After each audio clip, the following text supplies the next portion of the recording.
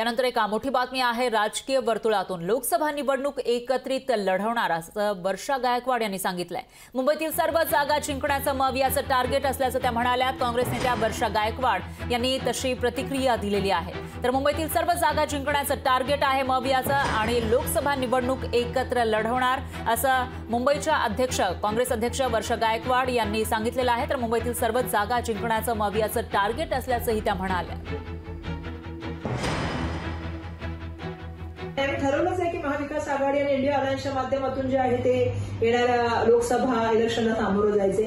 चर्चा चालू आहे, त्या चर्चेआधी नक्कीच आमचे जे ते इक्वेशन जमेल आणि आम्ही एकत्र लढू।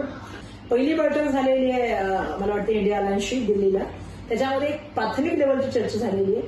अजून पुढच्या काळामध्ये बैठका होतील, त्याच्यामध्ये हायकमांडचे लीडर्स सगळे बसतील आणि मुंबईच्या प्रत्येक सीटबद्दल त्या ठिकाणी चर्चा होईल। तेव्हा आम्ही पण आमची मतं मांडू। मेरिटवर झाली पाहिजे, सीट मिळाली पाहिजे आणि सीट जिंकली पाहिजे ही आमची प्राथमिकता आहे। लोकशाही मराठी ऐका, पहा, जागरूक रहा।